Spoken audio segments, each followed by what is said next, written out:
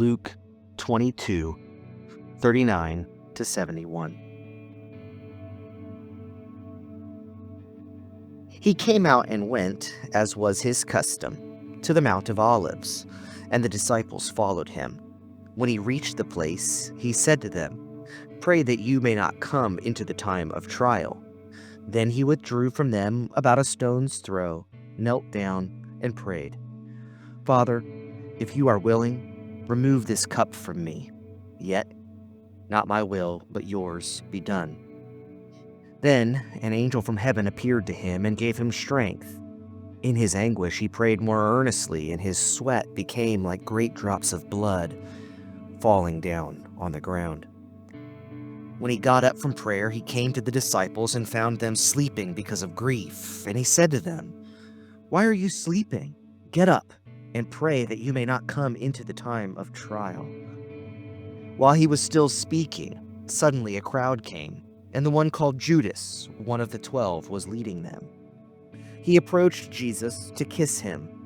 But Jesus said to him, "Judas, is it with a kiss that you are betraying the Son of Man?" When those who were around him saw what was coming, they asked, "Lord, should we strike with the sword?" Then one of them struck the slave of the high priest and cut off his right ear. But Jesus said, "No more of this." And he touched his ear and healed him. Then Jesus said to the chief priests, the officers of the temple police, and the elders who had come for him, "Have you come out with swords and clubs as though I were a rebel?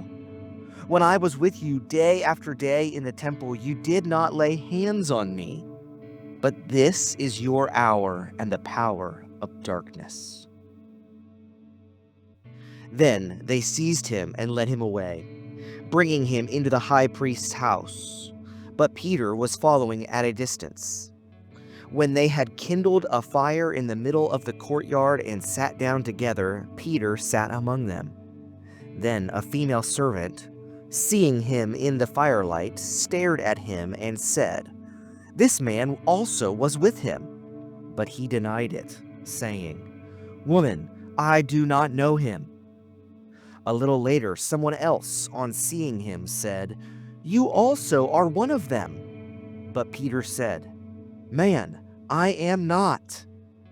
Then, about an hour later, still another man kept insisting, "Surely this man was also with him, for he is a Galilean."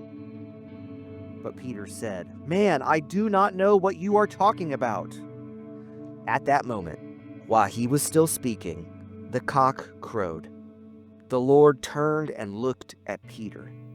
Then Peter remembered the word of the Lord, how he had said to him, "Before the cock crows today, you will deny me 3 times." And he went out and wept bitterly.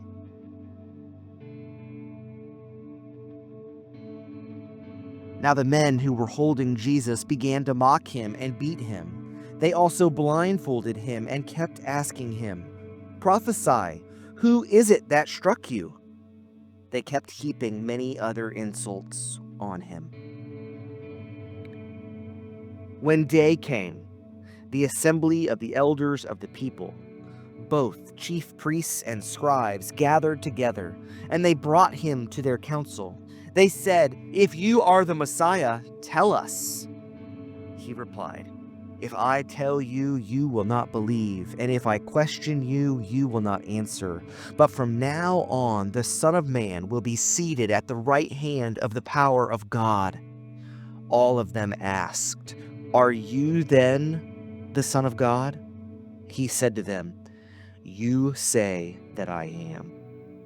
Then they said, "What further testimony do we need? We have heard it ourselves from his own lips."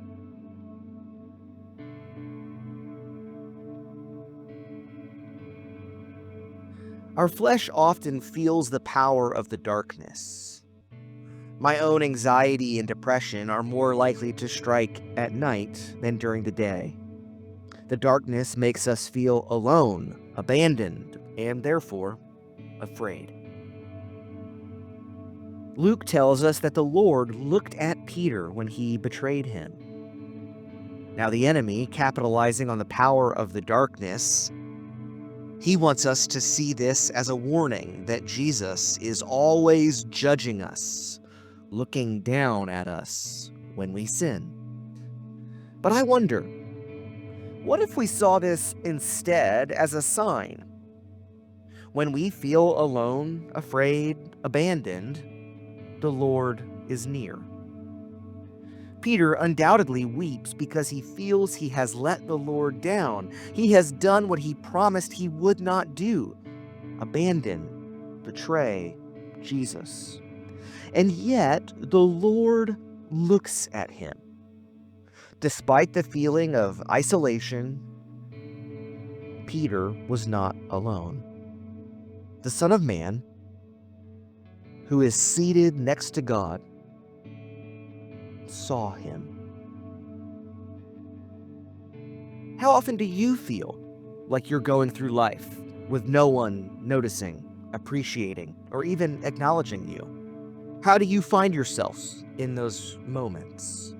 And how might it change your perception to recognize that the Lord sees you even in those moments?